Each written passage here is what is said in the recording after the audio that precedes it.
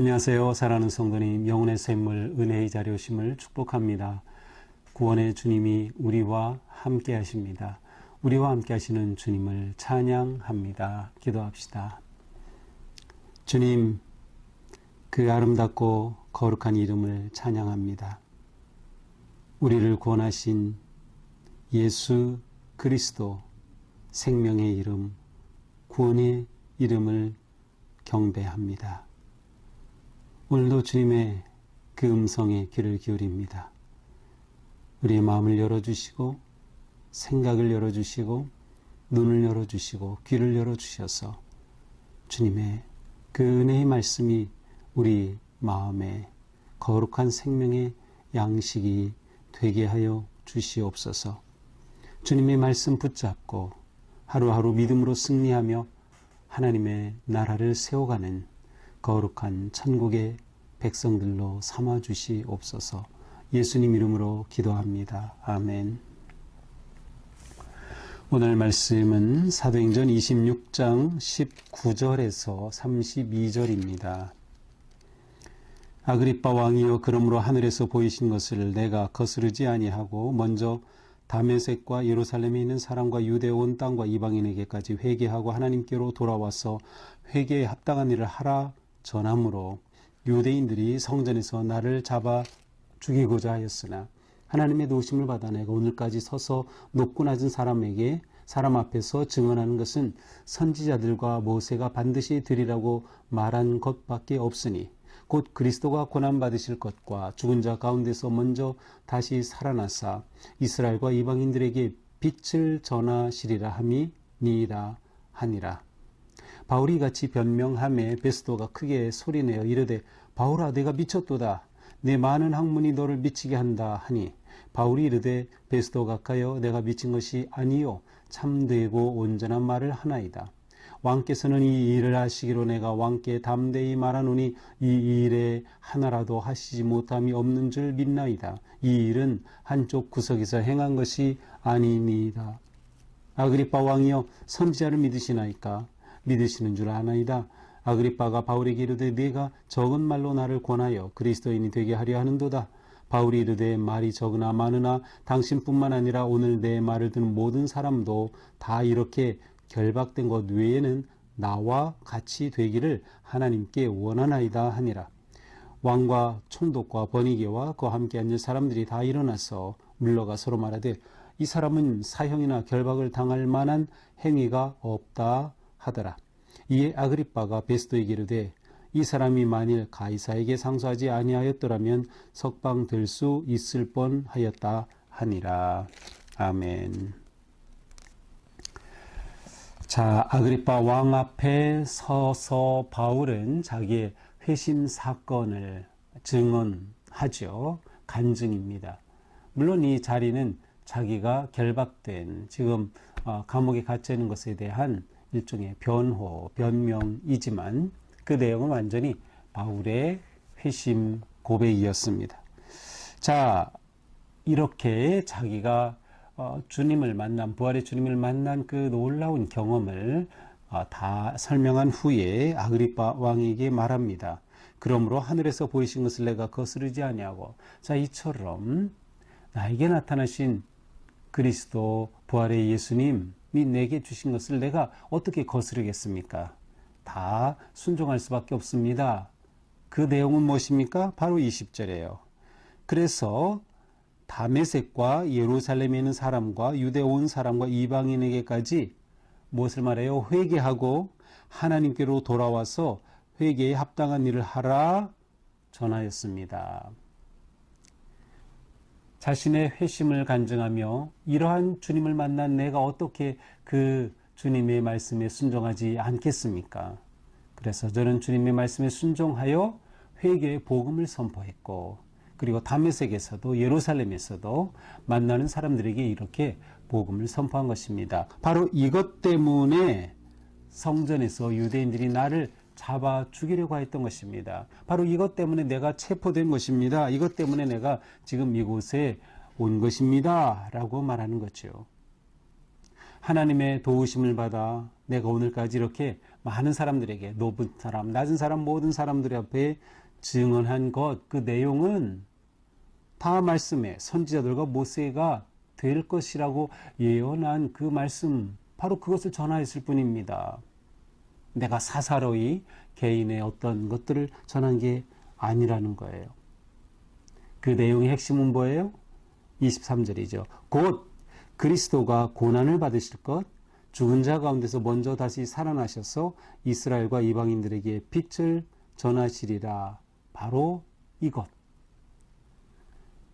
결국 바울이 말하고자 한 것은 자신의 회심 이야기를 통해서 그리스도를 전하는 것이었어요. 그리고 그리스도에 대한 바울의 이해는 모세와 선지자들, 곧 율법과 성경하면 이 당시 구약이죠. 구약의 이 말씀이 예언한 것이 예수 그리스도에게서 이루어졌다. 예수님이 곧 메시아, 구세주이시다 라는 것이에요. 따라서 구세주 예수 그리스도, 그분이 이 땅에 오셨고 죽으셨지만 부활하셨고, 그래서 그분이 모든 열방의 빛이 되신다. 구원의 빛, 생명의 빛이 되신다 하는 이 사실을 내가 전하는 것입니다. 하면서 바로 이 복음의 핵심을 아그리파 왕 앞에서 간증한 것입니다. 자, 이것이 바로 기독교 신앙의 또한 핵심이기도 하죠. 기독교 신앙의 핵심은 뭐예요? 예수님은 누구신가라는 겁니다. 그 예수님은 나와 어떤 관계가 있느냐라는 것이죠. 회개하고 그리스도의 이름으로 구원을 받는 이것, 기독교 신앙의 가장 핵심적인 내용이죠. 그렇게 된 나는 그러면 누구인가라는 겁니다. 바울은 이렇게 된 나는 그리스도의 명령에 순종하여 그리스도의 도를 전하는 이 사명을 가진 자가 되었습니다. 라고 하는 것이죠. 결국 바울은 어제 본문과 연결시켜 보면 예수 믿는 자들을 박해하고 핍박하던 자에서 그리스도를 만난 후에 변화되어서 이제는 그리스도를 전하는 자로 바뀐 것을 볼 수 있어요. 자, 이것이 바로 신앙생활의 핵심입니다. 이전에 내가 그리스도를 만나고 변화되어서 새 사람인데요. 이제는 그리스도께서 주시는 사명자로 살아가는 거예요. 바울은 이것이 모든 사람에게 경험된 그런 놀라운 은혜의 사건이 되기를 원하였던 것이죠. 자, 이렇게 바울이 말을 마치자 베스도가 크게 소리 지릅니다. 바울아, 내가 미쳤도다. 너 미쳤구나. 다시 말하면 바울이 전한 이 그리스도에 대해서 이 베스도가 이해가 안 된다는 것이죠. 받아들일 수 없는 거예요. 내 많은 학문이 너를 미치게 한다. 내가 너무 많이 공부하다 보니 내가 머리가 돌았구나. 너 미쳤구나 라는 말이죠. 그러나 사실 바울은 미친 것이 아니죠. 미쳤다면 복음에 미친 거예요. 그리스도께 미친 거예요.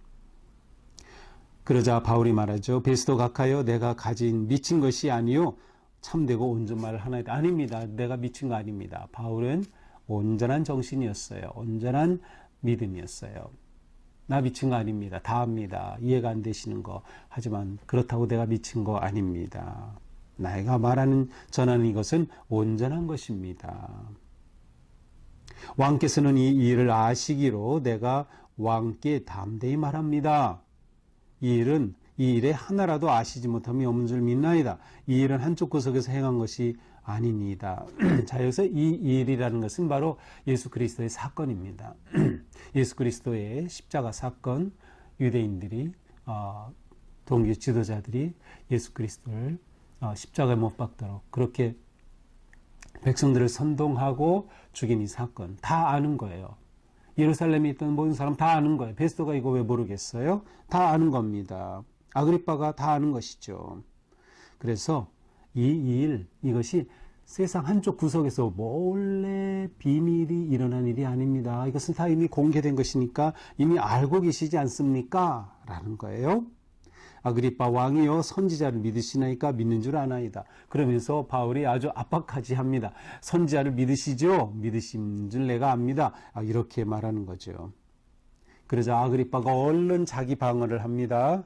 내가 적은 말로 나를 권하여 그리스도인이 되게 하려는도다. 아니, 내가 나를 권해서 그리스도인이 되게 하려고 하는 거지? 이라면서 뒤로 물러섭니다. 그러자 바울이 말하죠. 말이 적으나 많으나 당신뿐만 아니라 오늘 내 말을 듣는 모든 사람도 다 이렇게 결박된 것 외에는 나와 같이 되기를 하나님께 원하나이다. 무슨 말씀을요?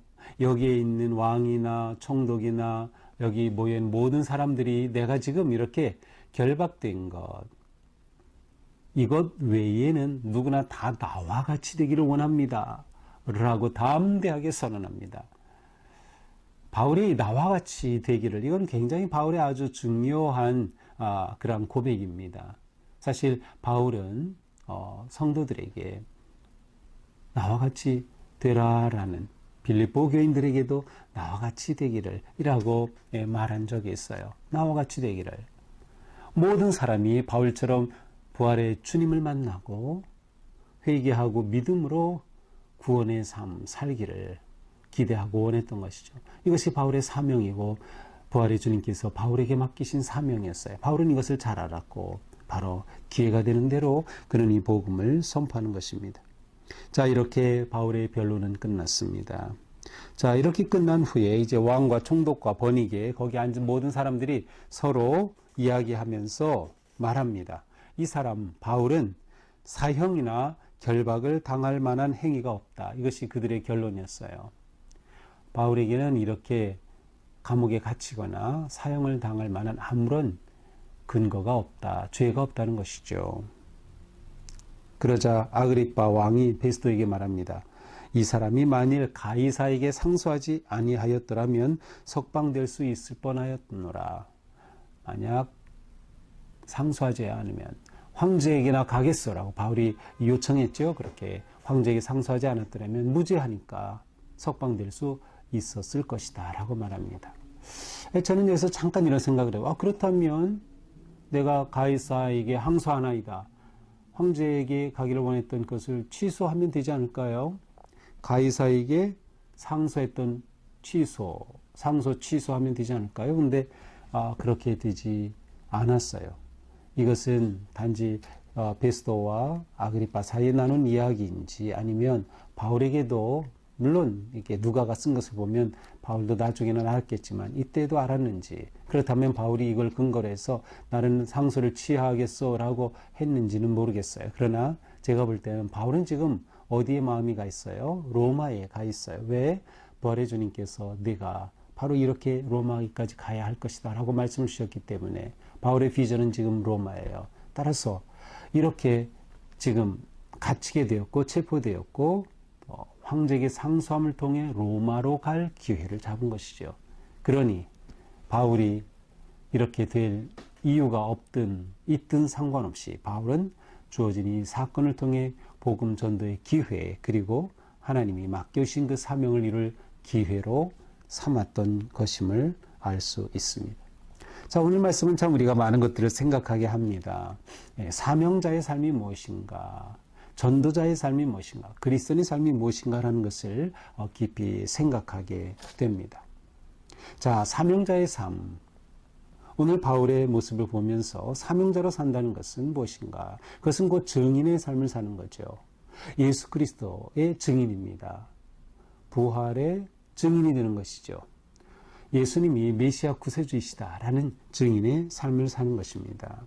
자, 이 증인의 삶을 살아가는 삶은 다른 말로 표현하면 복음에 미친 삶이 되는 거예요.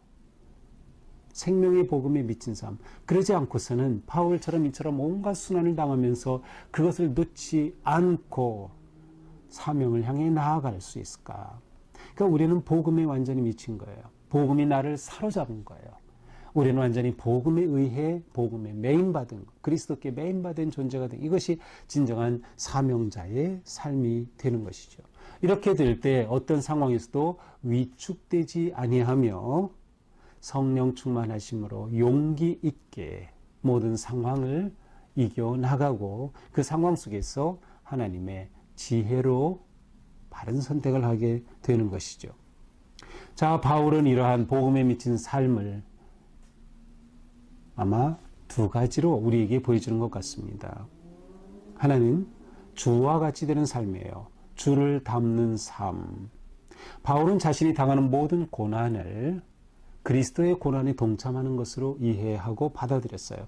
따라서 그는 고난이 두렵지 않았어요. 왜냐하면 내가 그리스도께서 받으신 고난처럼 나도 고난을 받아 나도 그리스도를 닮아간다 하는 것을 확인했기 때문이죠. 확신했기 때문이죠. 그리스도를 닮는 삶, 주님을 닮는 삶. 그래서 바울은 모든 사람이 내가 이렇게 갇힌 것 말고는 나와 같이 되기를 원한다라고 할 때 그 뒷면에 뭐예요? 주님과 같이 되기를 원한다는 것이었어요. 자, 여기서 중요한 것은 우리가 주와 같이 되는 삶이 우리의 초점이고 또 이러한 삶을 전파할 때 중요한 것은 나와 같이 되기를 원합니다라고 말할 수 있는 그 삶을 우리가 추구하는 거예요. 이것이 완전한 헌신이고 순종이라고 할 수 있어요. 주와 같이 되기를 원합니다. 복음을 전하면서도 나와 같이는 되지 마세요. 이렇게 말할 수는 없는 거 아니에요? 그러니 우리는 여기서 아주 큰 부담을 가지게 됩니다. 그리스도를 우리가 닮아갈 때 비로소 나와 같이 되기를 이라고 말할 수 있는 거죠. 우리는 부모로서 자녀들에게 얘들아 나와 같이 되기를 바란다. 내가 이렇게 예수님을 잘 믿은 것처럼 나와 같이 이렇게 예수님을 믿는 사람이 되어야 돼. 이렇게 우리가 말할 수 있어야 하는 거죠. 우리가 만나는 사람들에게 나와 같이 되기를 바랍니다. 내가 지금 이렇게 된 것 외에는 나와 같이 되기를 바랍니다. 자, 그런데 나와 같이 되기를 바랍니다라는 말을 할 수 있는 용기는 주와 같이 되는 삶을 살 때 가능한 것이다 라고 하는 것이죠. 그래서 우리는 바로 이처럼 우리의 신앙의 삶은 바로 이것으로 요약할 수 있는 거죠. 주를 닮아가는 삶, 그리고 나를 닮으세요 라고 말할 수 있는 삶. 바로 우리는 이렇게 성장해 가는 것입니다. 성숙해 가는 것이죠. 우리가 누가 완전히 그리스도와 같아질 수 있겠어요. 하지만 우리는 성화의 과정 가운데 있다는 것을 잊으면 안 되는 것이죠. 우리는 무엇에 미쳤고 무엇을 권하고 있습니까? 바울을 보면서 오늘 우리의 하루의 삶도 복음에 따라 복음에 미친 삶, 그리고 그리스도를 닮는 삶, 그래서 나를 닮으라고 말할 수 있는 삶, 그리고 더 나아가 부활의 그리스도를 권할 수 있는 그러한 진정한 사명자, 전도자의 삶으로 승리하기를 축복합니다. 기도합시다. 주님 감사합니다. 오늘 말씀을 통해서 우리의 삶이 어떠해야 하는가를 다시금 깨닫습니다. 바울이 보여준 삶은 우리에게 너무도 귀한 모범이 됩니다. 주님, 우리가 먼저 주님의 부르심에 순종하는 삶, 그리하여 사명자의 삶을 온전히 살아갈 수 있도록 인도하여 주시옵소서. 우리가 사명자의 삶을 살 때 복음에 미쳐 그리스도를 권하고 전하는 생명의 복음을 권하는 삶 되게 하시고 우리 자신이 또한 주님을 닮아가며 그러기에 나를 닮으라고 권유할 수 있는 진정한 그리스도인으로 주님의 자녀로 세워주시옵소서. 예수님 이름으로 기도합니다. 아멘. 네, 오늘도 주님의 사랑 안에서 우리의 삶이 주님을 닮고 나를 통해 그리스도를 전하는 복된 하루가 되기를 축복합니다. 사랑합니다.